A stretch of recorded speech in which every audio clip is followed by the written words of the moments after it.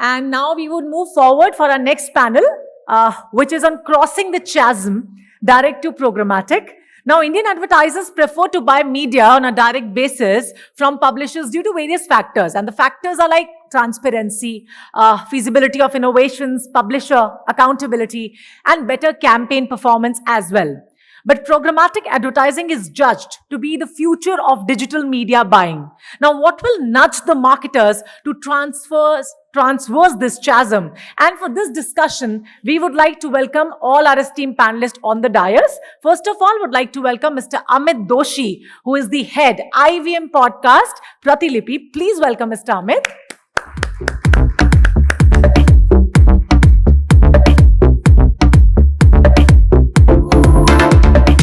After him, would like to welcome Mr. Salil Shankar, who is the Chief Operating Officer, Amnet India. Please welcome Mr. Salil.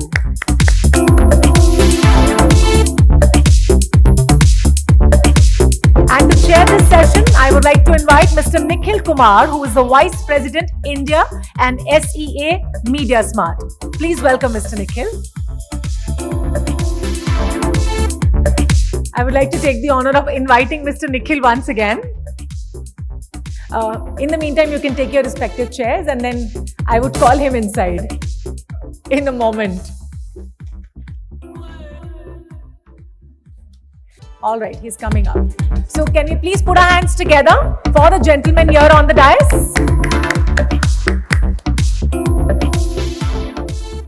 Yeah, let's, until Nikhil joins us. We've been hearing programmatic. What do you make of direct to programmatic over here? Just explain to me, what takeaways do you have from it? So I think of programmatic in two ways, right? As a publisher, we think of it as the technology we use to insert advertising inside, and the second is if we can work with an SSP or a DSP to insert stuff which we have not sourced ourselves. So I think of it in both factors. Right now, we primarily use programmatic as technically the way that we insert our advertising. Yep. So Nikhil's here. I was just stepping in for you for a minute. Yeah. Okay. Yeah. I just started asking what are the takeaways from direct to programmatic? Fantastic. No, fantastic. I think, thank you guys. I'm sorry that I'm late. Hi. So direct to programmatic, it's a transformation basically because now there is no direct, even on the supply and even on the publisher side, it's all automation. So it's a way of transforming, from any kind of medium, what we are buying. Say, for example, like when we start search as one of the platform, even Facebook as one of the platform, it was all direct but automated, right? So still is an education factor, how we are shaping ourselves through a transformation from direct to programmatic. Obviously, there are challenges, and challenges are always good to turn into good learnings, and that's the beauty of programmatic, which has evolved in the last 6 years. Interestingly, a lot of publishers, they turn that challenge as an opportunity where they are actually maximizing the revenue model from top to bottom of their entire waterfall inventory. Exciting, Salil. I think we've been around and you've played an evangelist of supporting this ecosystem. And let's give some context to the audience. I know I'm late, but better late than never. So I think the topic is obviously crossing the chasm, direct to programmatic. And this panel comes from a famous book by Jeffrey Moore, which essentially talks about technology adoption lifecycle, or the transition from early market innovators, early adopters, into mainstream eye. Crossing the chasm means opportunity of hypergrowth and market success. It's a leap from being a new little known to an exploratory product to mass adoption of well-known status. And that's what predominantly this is really talking about. To give you more context, Indian advertising market will hit 11.1 billion and by 2022, courtesy Dentsu, the report. Yeah, well, advertising spends in India are poised to grow at 15.2. I think me and Anil also spoke about it. It is the highest, by the way, in terms of growth across the world. And digital constitutes around 30%, which is close to 3.5 billion. Now, the exciting statistic in this overall schematics is that currently programmatic advertising is close to 40% and direct buying is close to 60%. And again, courtesy Dentsu for the report. 2022, 90% of digital display ad dollars were transacted programmatically in US, 90%. In a day and age where everything is getting digitized, automation is the buzzword. Clearly, India has got a lot of catching up to do because we see the numbers. Now, it gets me to a question. Why is programmatic adoption still at 40%? While we are one of the largest digital economies globally. And how can we accelerate this shift further? This question is for both of you. Amit. So I can speak to audio in some ways, right? I don't know that I can talk about other things so much. But in audio, I know that there are definite challenges on the supply side. So we very recently started doing all of our ads dynamically inserted, even though they were created by us in-house. We used to earlier bake in our ad into the content itself.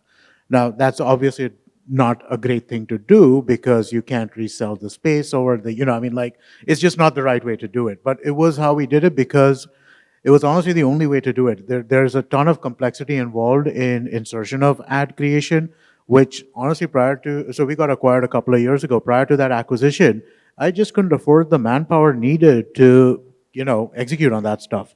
So that was one of the challenges, and that's why I think such a sluggish thing on our end. And then when it comes to using the DSP, SSP environment, right? One of the challenges over there is one, in the audio space, most programmatic advertising is built from music, which pays a relatively, let's use the word low CPM compared to what we charge for a podcasting kind of space. And so then that becomes a problem. Also, the ads are, again, let's use the word uneven in quality.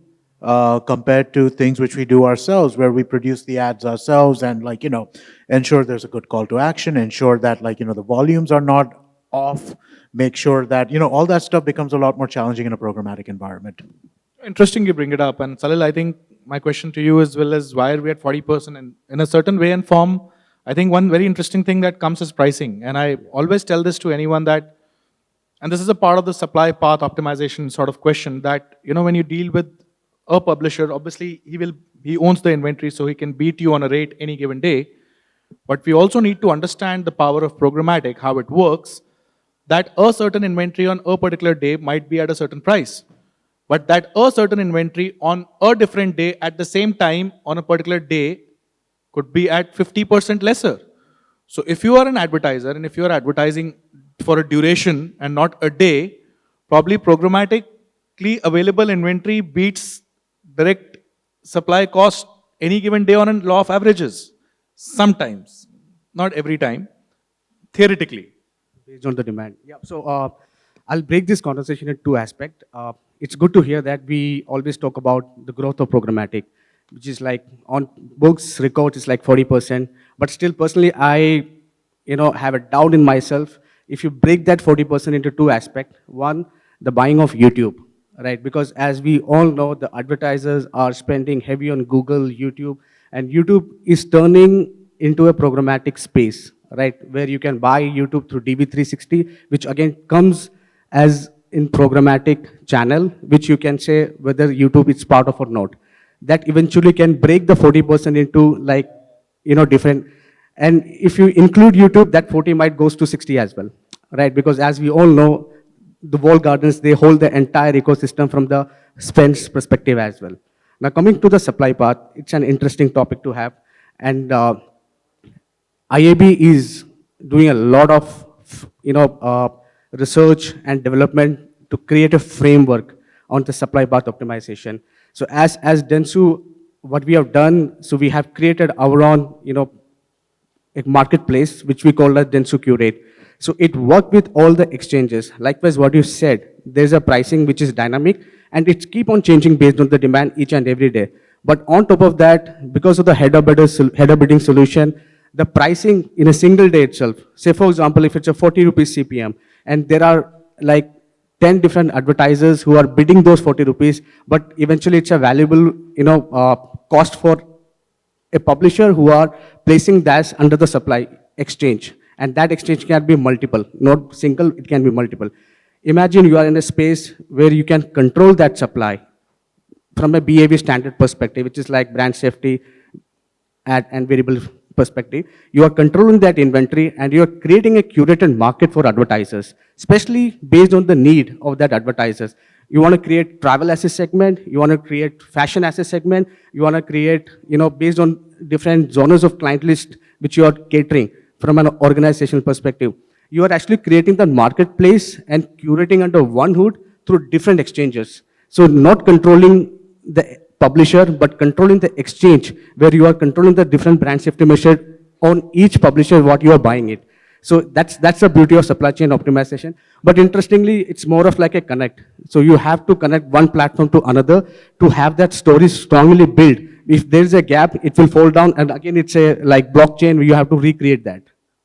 No, I think very interesting point, Salil. And I think as we understand that, I threw a statistic that 90% of digital dollars in US are programmatic. Now, it gets me to an understanding or question that are we at 40 because the education on programmatic from a publisher lens is that it's not competing revenue, it's incremental revenue that monetization can bring in. Because we understand that a lot of individual publishers have pretty large sales teams. They are going out there in the market, they're obviously selling. Sometimes it does become threatening or competitive that why are you talking to a brand that I'm already speaking to?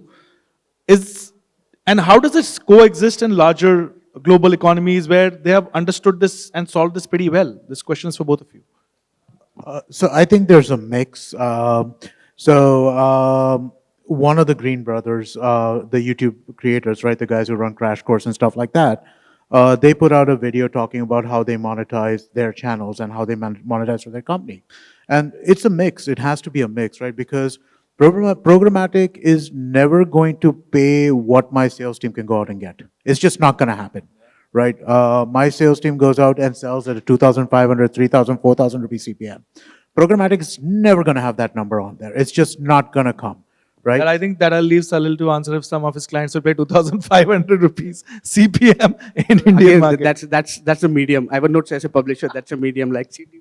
As we spoke about, again, there are clients, why to spend too much on, a medium which cost me X price, double the Salil price. is saying that he will convince the client, no, this is not a good medium to spend. Unless we have a deal. But yeah, I'll talk about it. So when we talk about the publisher side of business, it's very imperative to understand from a publisher perspective what inventory from the waterfall they are prioritizing. The era has gone, what you said, like there's a sales team who will be fighting for programmatic direct. The era has gone. I mean, if you talk about the priority 10 publishers in the country, like they know what they are selling and they have defined their inventory based on the pricing as well as need from a publisher organization perspective. And they have distributed that inventory against the team and the sales, right? Sales team basically.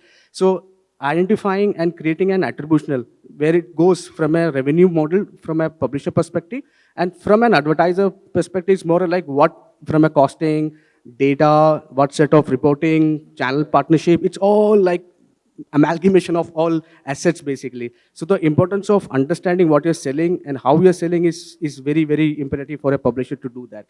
So like I said, the era is gone. There is no fight between direct with programmatic. It's all about integration. How smoothly you can integrate to that, to grow that business from both hands. So even as we work with larger agencies, right, like so for example, Dentsu, Xaxis, etc., what we're finding is that we need to have the capability at our end to accept programmatic from them, whether or not it is a direct deal or whether or not it is this, right? Simply because, as you mentioned, right, all the reporting, all of these kinds of things, these things, there is a trust factor that comes in, which when you're dealing with a hosting company sitting in the US who might be very popular in some areas, but nobody in other areas has ever heard of them, it's a challenge, right? Instead, if you can get certified results, there is a better story to tell to the brand. So again, I think this is a mix of a lot of different types of approaches to it. No, I hear you. I think some very interesting points that you guys sort of brought in, and I'll sort of chip in that as a question. Do you think for you, or even when you talk, because obviously as the Amnet, you have all possible deals with all publishers in place. You're a pretty large global network. Now, do you genuinely feel sometimes from a publisher lens, they also feel the threat to the content by opening it up programmatically? Because I hear this a lot, right? When I speak to many OTTs, when I speak to a lot of publishers, they say, no, we don't want ads that we don't control that needs to be coming in my ecosystem to come in without my knowledge. And do you have a strong point of view and you want to educate the audiences that, how it works? And what do you think personally as well, Amit? I do have a strong point of view on this. The thing is that the reason why we're able to charge as premium CPM, right, is because our ad load is very our ad load is very light. We do 4 ads an hour, right, and so there is a degree of memorability. We have a bunch of stats around it. Now, the way that current programmatic kind of systems are designed, they're designed for much higher ad loads than that, right? And so you get ads which are trying to stand out, right, from the other ads that are around them. And again, this is all mostly audio related rather than just broader.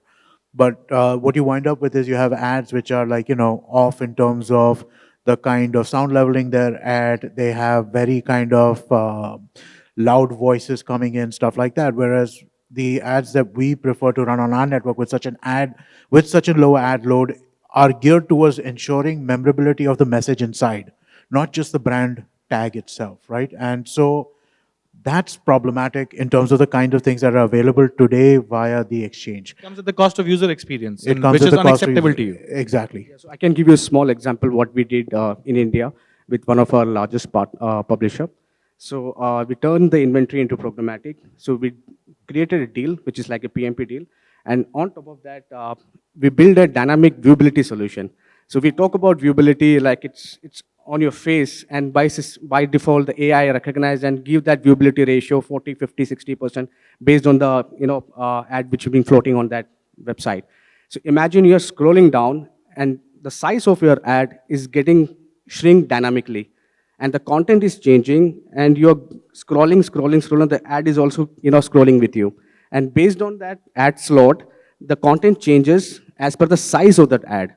And we got an approval from IAB to do that. So we created an IAB standard ad format integrated with a publisher, put that into an exchange, and drive it for one of our advertiser. Now the costing comes in, because that's an innovation from a viewability perspective, giving a guaranteed visibility of your ad on that page and sticking that audience on that scroll. And that's give the transparency, that gives the rich engagement from a brand or consumer perspective. And that's where you are asking X money from the advertisers to do that innovation for it. I think it's great. I've always sort of thought through that, advertising governing bodies define 15 minutes of ad in an hour slot. Who is playing referee in the digital side of things? I mean, when we bombard the users with ads, are we looking at a 15-minute time frame in an hour? Clearly not. I think when we look at multiple publisher level strategies for obviously exposure to ads, they are probably getting exposure. Same user, same guy on his one mobile, same guy on his connected TV, seeing your ad maybe in 14 minutes, the same ad out of the 1 hour that he saw. And obviously there is no governing body or to understand more and more walled gardens. And I think programmatically, this can be controlled. Exposure, unified reach. How do you ensure you are not getting to a user from where he watches? You're getting to a user, period.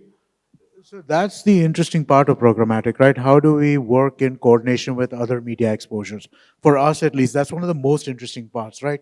One of the studies we see internationally is that podcasting is great as a support medium because the scale is obviously lower than what you have on television or what you have on outdoor or something like that. But from a support medium perspective, in coordination with other campaigns, can we do something here? And it works really, really well internationally. It's something we're very keen to kind of explore over here, which is why we're doing as much work in the programmatic space as we are, right? There are all these different reasons. It's the march of dimes. We know it's inevitable, right? That everything needs to move towards programmatic, right? It's just and it's not that we're kicking and screaming at this point in time. We're embracing it wholeheartedly. We just need to evaluate on a case-by-case basis, where does it make sense to take massive strides right now?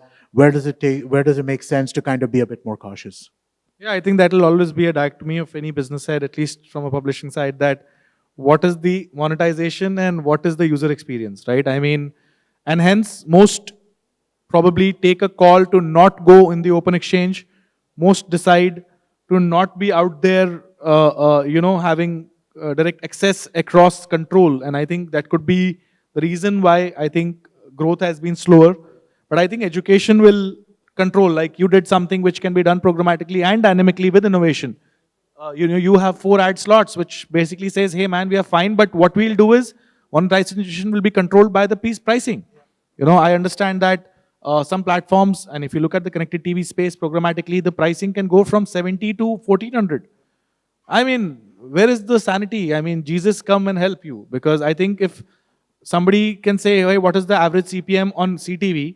And somebody says, hey man, it goes from 70 to 1400, good luck not getting anything. We have the same thing. We have such a wide variance in terms of the kind of numbers that you charge, depending on what time of year it is, what is the demand. It is kind of insane, even without this programmatic aspect. And programmatic kind of makes that so efficient that it will show even higher variance than what we're seeing right now. I think it's more of transparency. Like you mentioned about the floor price, which vary from 17 to 1400. It's all about transparency between an advertiser, between an agency, and the tech partner and the publisher, because it's a chain basically. So when it comes to programmatic, like it's all about automation.